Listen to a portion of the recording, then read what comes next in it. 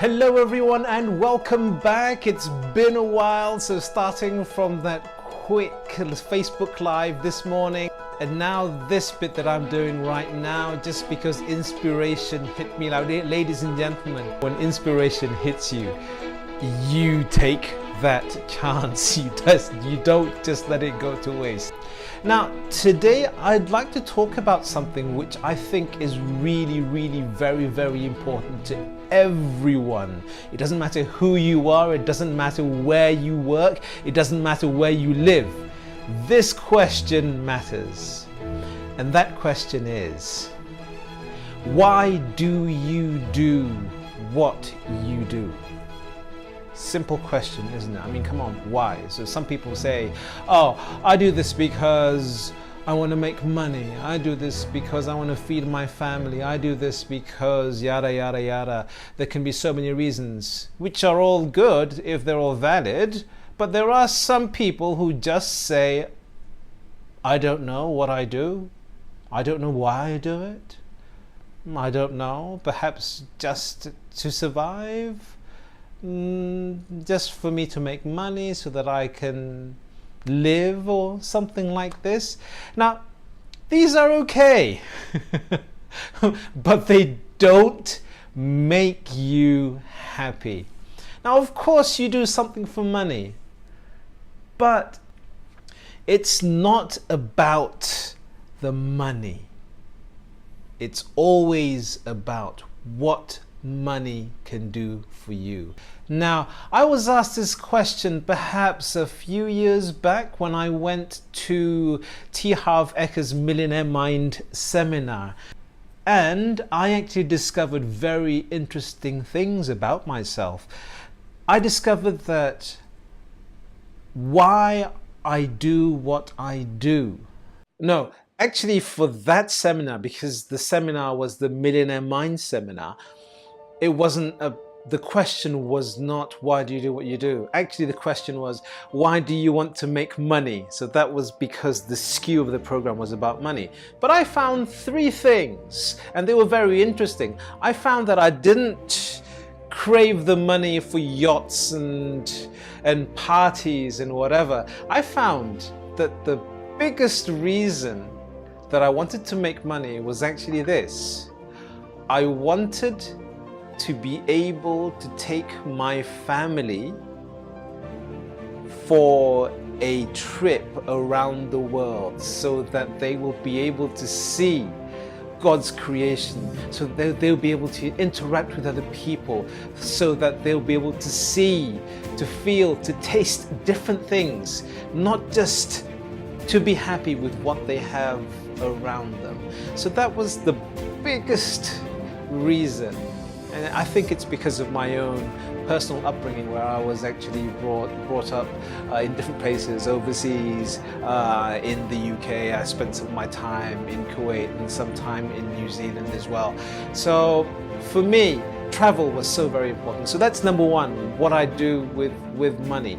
Number two, now this one, again, surprised me because I wasn't quite aware of this. Number two was this.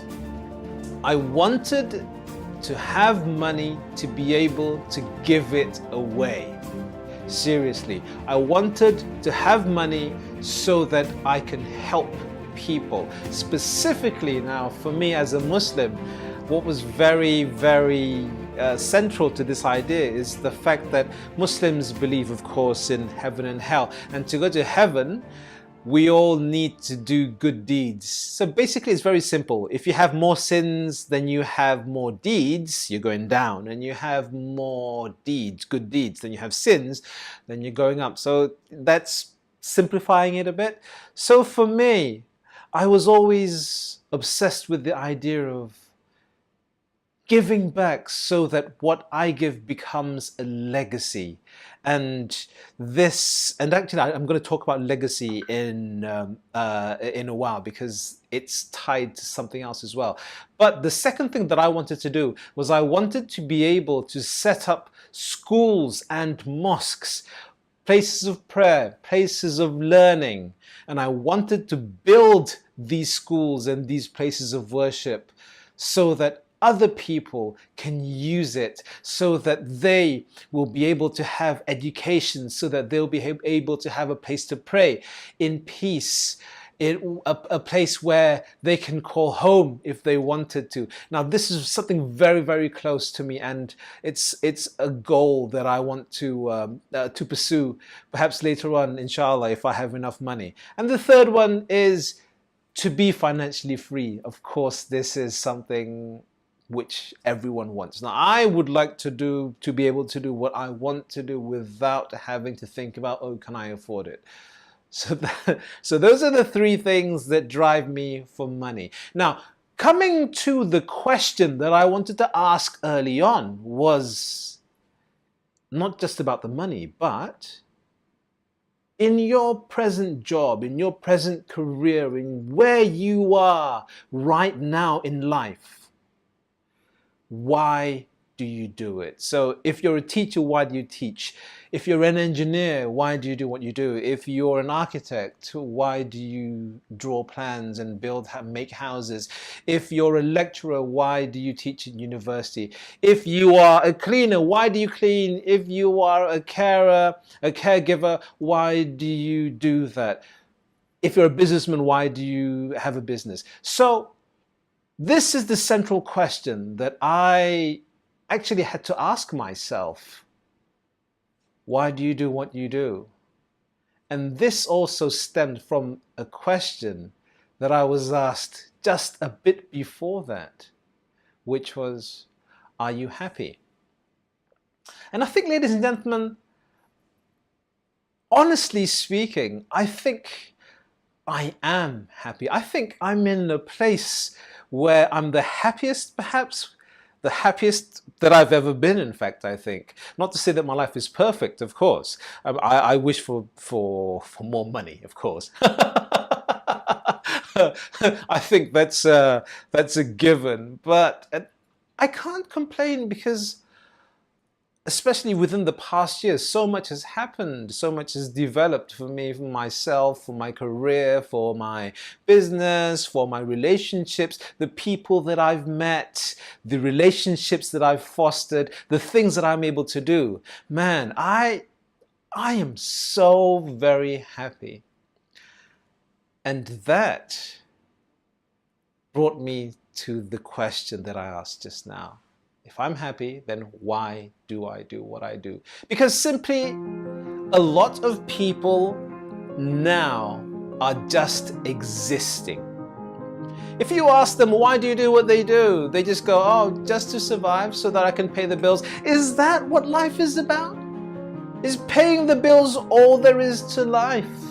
Of course, we know that you need money to pay the bills to live. But is that all there is? Is that what we're trained to do? Is that all there is? Is that all the focus that you have? Ladies and gentlemen, there has to be more to life. And if you discover your purpose, if you discover what you were born to do, what you want to do, you will be happy. Not in the future, not 10 years down the road when you have a thriving business, not 20 years down the road. Now. We live in the now. We do not sacrifice our present happiness for future happiness.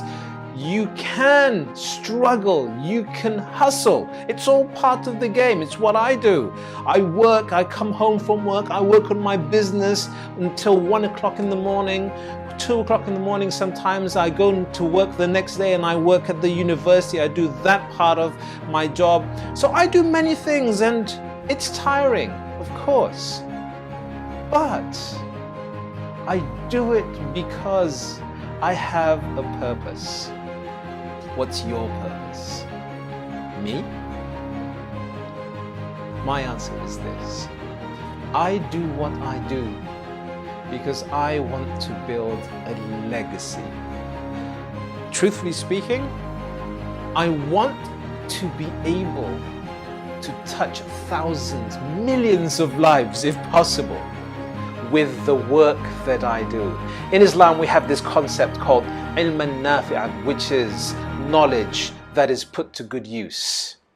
In Islam, well, in my religion, my belief system, and I'm sure that in every belief system there is some variation of this, but in Islam, when you give knowledge to somebody and that somebody puts your knowledge to good use, you get the good deed. And if who they taught puts that knowledge to good use, then you get part of that, and so on ad infinitum. This is a legacy. Some people talk about rolling money. Some people talk about investing in this where you have perpetual money. We talk about having perpetual good deed. In essence, a legacy. This is why I do what I do. This is why I am so very happy to be in this position where I get to do what I do because of what I want. This is why, ladies and gentlemen, that I think I'm happy. Right, so that's that for this session. Tell me what you think below. Give your comments, give video responses, type a comment, whatever. I'd love to hear from you. I'd love to hear from you what you think about my thoughts, and also I'd love to hear from you.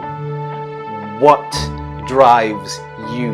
Why do you do what you do? See you next time.